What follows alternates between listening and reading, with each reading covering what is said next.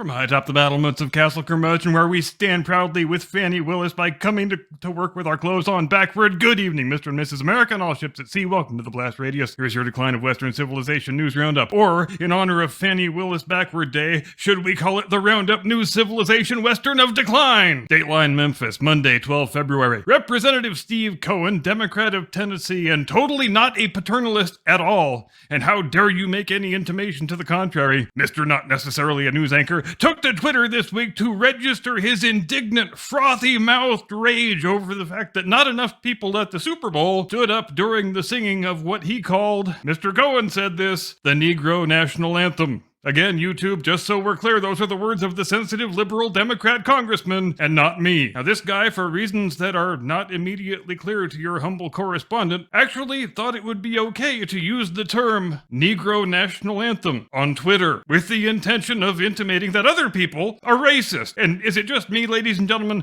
or have Democrat elected officials seemingly been lining up to douse themselves in gasoline and set themselves alight these last couple weeks? And I guess the answer to that question is self-evident in the fact that I am currently wearing my clothes backward. And not just some of my clothes either, in case you were wondering. But you know what I say? I say Mr. Cohen doesn't go far enough. I say let's dispense with the silly football game altogether and make Super Bowl Sunday a big cavalcade of national anthems for every demographic special interest group that exists from sea to shining sea. It'll be great. First we'll have the White Cracker Peckerwood National Anthem, because obviously, and then we'll have the Negro National Anthem, and then the Greaser National Anthem, and then the Indigenous Noble Savage National Anthem, and then the Illegal Alien National Anthem, and then the Crippled National Anthem, which has no words or music since we don't want to exclude deaf or blind people. Then we'll have the Zipperhead National Anthem. In fact, hell, let's have a national anthem for every pejorative term that you used to think was a racial slur, but which Steve Cohen, through his boldly unconventional use of the term Negro National Anthem, has now put safely in play. And bless his heart for that. Dateline Washington, Tuesday, 13 February. Homeland Security Secretary, enemy saboteur, and skin-suited reptilian space alien Alejandro Mayorkas made history this week, becoming only the second cabinet secretary in the history of the Republic to be impeached by the House of Representatives. And who was the first, you ask? William Belknap, Secretary of War under President Ulysses S. Grant, impeached in 1876 during an election year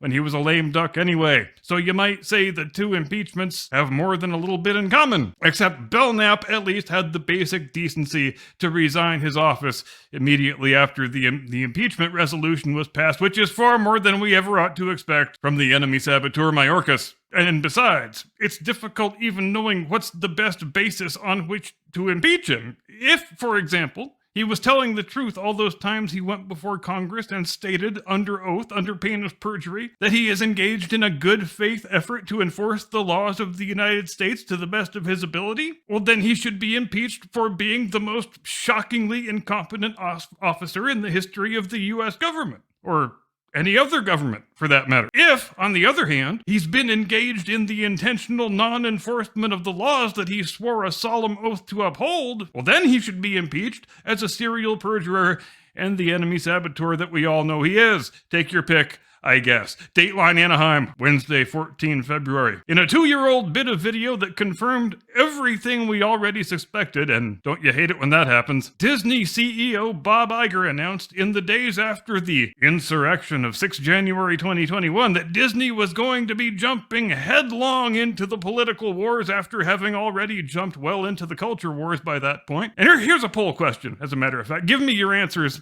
in the chat. If you were running Disney early in 2021 and someone came to you like you were Richard Pryor in Brewster's Millions, and they said, if you can crash Disney's stock price by 40% in the next 3 years, you win eternal life. Would you do anything different than what Disney has actually done in reality? If there was a conscious decision made at the boardroom level to stop being a for-profit company and sacrifice a century of hard-earned brand loyalty on the altar of woke identity politics, would it look any different from the reality that we have all watched unfold right before our very eyes? And here's the Bob Iger quote from the leaked video. Quote, "We've tended to shy away from politics, and in doing so, I think we've shied away from talking about issues that aren't political at all, because we believe in doing so maybe it looks like we're taking a stand. Well, in that reality, we should be taking a stand. I think that we have to be less cautious, as Bob Chakebeck was just alluding to about such things, and not be concerned. Just commenting about what happened last week in Washington on January 6th, that's not political. We know that what we saw was fundamentally wrong, and that it was rooted in hatred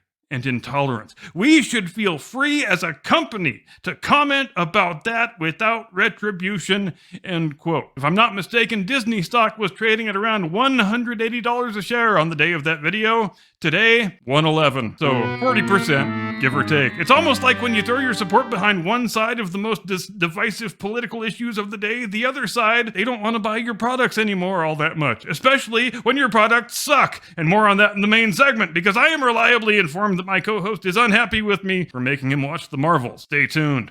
Dateline Atlanta, Thursday, 15 February. Now look, since there's really no way to say what I need to say while abiding by the standards of chivalry that the audience has come to expect, I'm gonna need, for about 10 seconds, the female viewers to look away and plug their ears, and the male viewers need to bring it in so we can talk. The 10 seconds begin right now. All right, now that it's just us guys. You know that unmistakable expression on a man gets on his face when he's been doing it with a fat chick and he really doesn't want his friends to find out, but his friends just found out? That was about 10 seconds, right? The point being, ladies and gentlemen, I give you Nathan Wade, Esquire, attorney at law, a man who, if we can judge only by his public deportment, is not very thrilled with the deal he made for himself. And what might that deal have been? Well, we don't like to engage in wild, unfounded speculation on this program, but you know what we are willing to do? We are willing to make certain reasonable surmises that are permitted by the known fact pattern and the sworn testimony of the parties in question, as the conventions of honest journalism very much do allow us to do. And here we have a known fact pattern that says, and do please feel free to check my math on this, potentially it says that Mr. Wade was offered money, favors, gifts, and professional advancement in exchange for providing sexual favors to the district attorney. Because look, nobody's really been willing to come out and say this,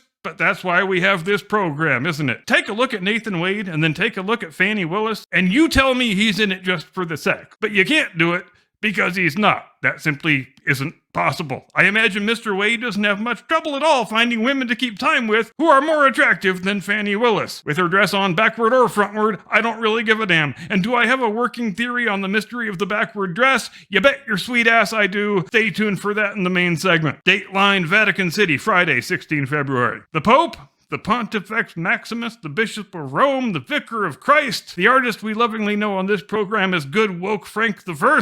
He asserted his firm belief this week that while hell does indeed exist, he thinks and hopes that the place is probably empty, which, look, I'm not a man who has any dog in the religion race, but doesn't that kind of take a lot of the bite out of Catholicism? Isn't the threat of eternal damnation one of the very well springs of pontifical authority? And what are the nuns in Catholic schools supposed to do if they don't have the threat of hell to use as a cudgel with which to leverage good behavior? Has the whole fucking world gone mad? And you know what else takes a lot of getting used to? Being an irreligious man who finds himself consistently to the right of the current pope. Kind of a big adjustment is all I'm saying. But you know what I might say if I was a little Catholic kid on seeing the news that the Pope thinks hell is an empty domain with a population of 0? I might say, Mommy, did the Pope just say Hitler is in heaven, or am I getting this wrong? And here ends the decline of Western civilization news roundup for this past week. May it rest in peace. With that, I pass the baton to my illustrious co-host, the lovely, the talented, the venerable, the one and only, your friend and mine, Grand Admiral Snowflake.